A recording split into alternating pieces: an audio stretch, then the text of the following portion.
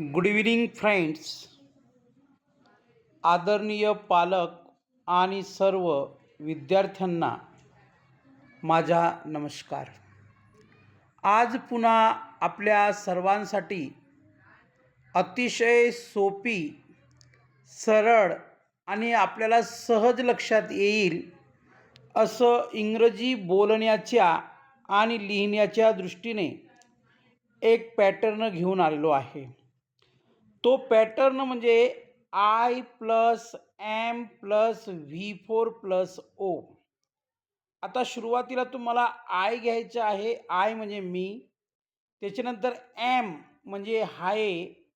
व्ही4 म्हणजे क्रियापदाचं चौथं रूप, की ज्या क्रियापदाला आय एन जी प्रत्यय जोडला जातो त्या क्रियापदाला क्रियापदाचे चौथे रूप म्हणतात. आणि ओ म्हणजे ऑब्जेक्ट. मग हा अशा प्रकारच्या पॅटर्न किंवा वाक्यरचना केव्हा वापरतात, की जेव्हा मी एखादं काम करत आहे, करत आहे. बघा लक्षात घ्या. मी जेव्हा एखादं काम करत आहे, तेव्हा अशा प्रकारची वाक्यरचना वापरली जाते. समजा तुमच्या वडिलांनी, आईने, भावाने, बहिणीने तुम्हाला ते काम सांगत आहेत. पण ते काम सांगत असताना तुम्ही त्यांना उत्तर देतात, "मी हे काम करू शकत नाही कारण मी अभ्यास करत आहे, आहे. मी जेवत आहे, आहे. मी नाचत आहे, आहे." बघा.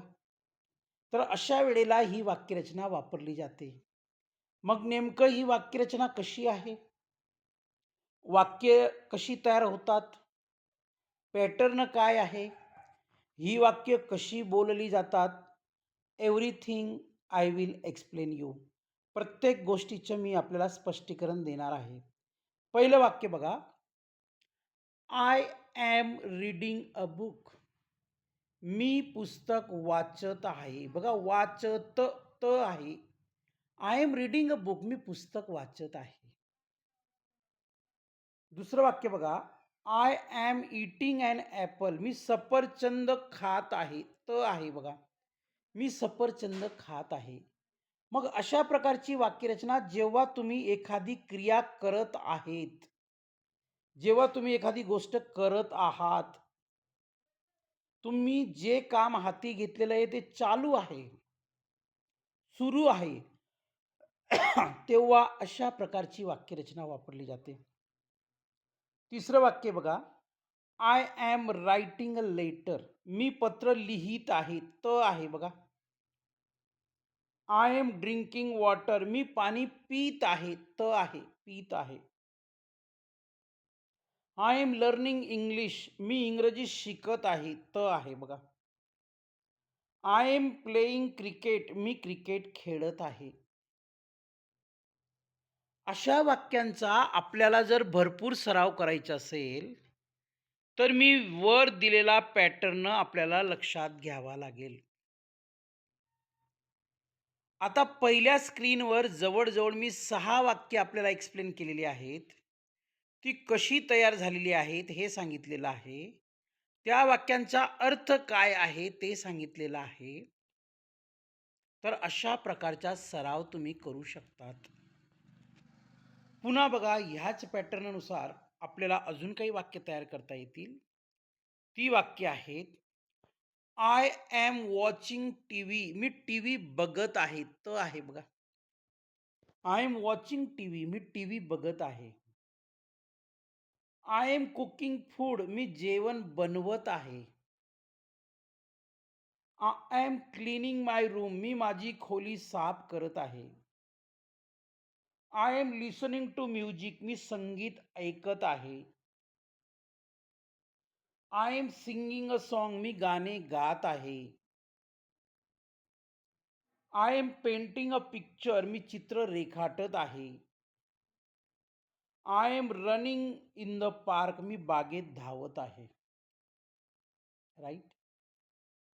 तर मला असं म्हणायचं आहे, की ही जी काही वाक्य दिलेली आहेत, ही वाक्य फक्त एक नमुना आहेत, मॉडेल आहेत, पॅटर्न आहेत. अशाच प्रकारची वाक्य तुम्ही बनवू शकता दुसरी. वेगवेगळी वाक्य बनवू शकतात आणि बोलू शकतात बघा. राईट? अजून आपल्याला सराव करता यावा त्यासाठी माझ्याकडे अजून वाक्य आहेत बघा. I am helping my friend. मी माझ्या मित्राला मदत करत आहे. I am waiting for the bus. मी बसची वाट पाहत आहे. I am washing my cloth. मी माझे कपडे धुवत आहे. I am walking to school. मी शाळेत चालत जात आहे. I am planting a tree. मी झाड लावत आहे. I am thinking about you. मी तुझ्याबद्दल विचार करत आहे. I am working on a project. मी एका प्रकल्पावर काम करत आहे.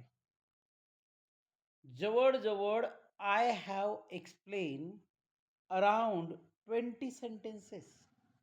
जवळपास मी तुम्हाला 20 वाक्ये सांगितलेली आहेत.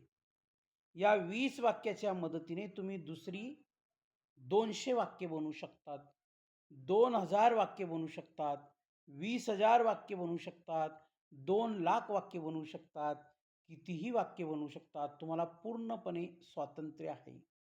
Because you are the best. तुम्ही सुद्धा सर्वोत्तम आहात आणि यू कॅन डू एनिथिंग. तुम्ही काही करू शकता. राईट? तर अशा प्रकारची वाक्य बनवा आणि इंग्रजीत बोला. मग तुम्ही म्हणणार प्रत्येक वाक्यामध्ये आय एमच असला पाहिजे का? नाही.